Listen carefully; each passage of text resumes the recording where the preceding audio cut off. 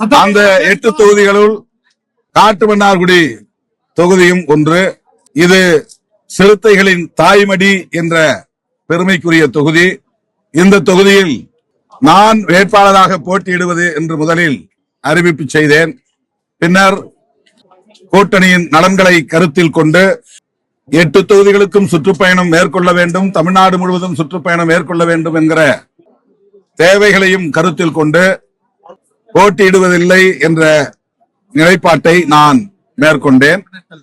திருமாவளவன் அவர்கள் அவர் எம்பி இருக்கக்கூடிய அவரு போய் நாமினேஷன் ஃபார்மை தூக்கிட்டு போறாரு காட்டுமன்னார் கோவிலுக்கு. திருமாவளவன் அவர்களை மிரட்டி அந்த வேட்புமனு வாபஸ் வாங்க வச்சிருக்கிறாங்க. இதை ஏன் நான் சொல்றேன்னாங்கன்னா, புதுச்சேரியில மொத்தம் 30 இடங்கண்ணா, 16 இடத்துல காங்கிரஸ் நிக்குது, 14 இடத்துல கூட்டணி கட்சி நிக்குது.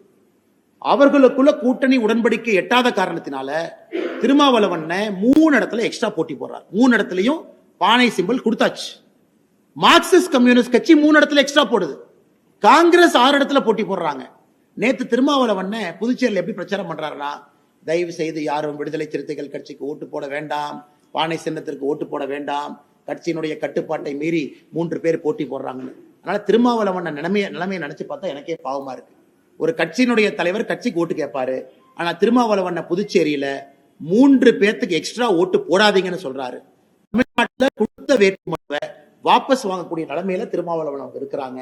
இதுதான் தமிழகத்தினுடைய சமூக நீதி. ஏன்னா இங்க மேடம் இருக்கிறாங்க, ஒரு ஆங்கில பத்திரிகைக்கு திருமாவளவன் அவர்கள் பேட்டி எடுத்த போது என்ன சொன்னாங்க, தமிழ்நாடு அரசியல் மாறுது, கூட்டணி ஆட்சிக்கு வாய்ப்பு இருக்கிற மாதிரி தெரியுது, அப்ப என்னுடைய குரல் அங்க இருந்தா தான் சரியா இருக்கும், அப்ப இவர் என்ன எதிர்பார்த்தாரு, டிஎம்கே மெஜாரிட்டிக்கு வராது, நாமளும் போட்டு எம்எல்ஏ ஆயிக்கலாம், ஒரு கொலிஷன் கவர்மெண்ட் வந்தா ஒரு மினிஸ்டரோ டெப்டி சிஎம் வாங்கிக்கலாம் ஐடியா பண்ணார்.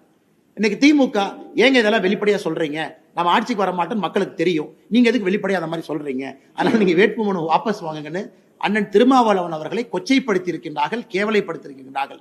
தமிழகத்தில் இருக்கக்கூடிய தலித் சமுதாயத்தினுடைய பெருமக்கள் இதை பார்த்து கொண்டிருக்கின்றார்கள். SC/ST சமுதாயத்தினுடைய தலைவர்கள் தொண்டர்கள் பார்த்து கொண்டிருக்கின்றார்கள். அவருடைய தலைவருக்கு நடந்த அநியாயம் இது சமூக நீதிக்கு எதிரானது என்பது எங்களுடைய கருத்து.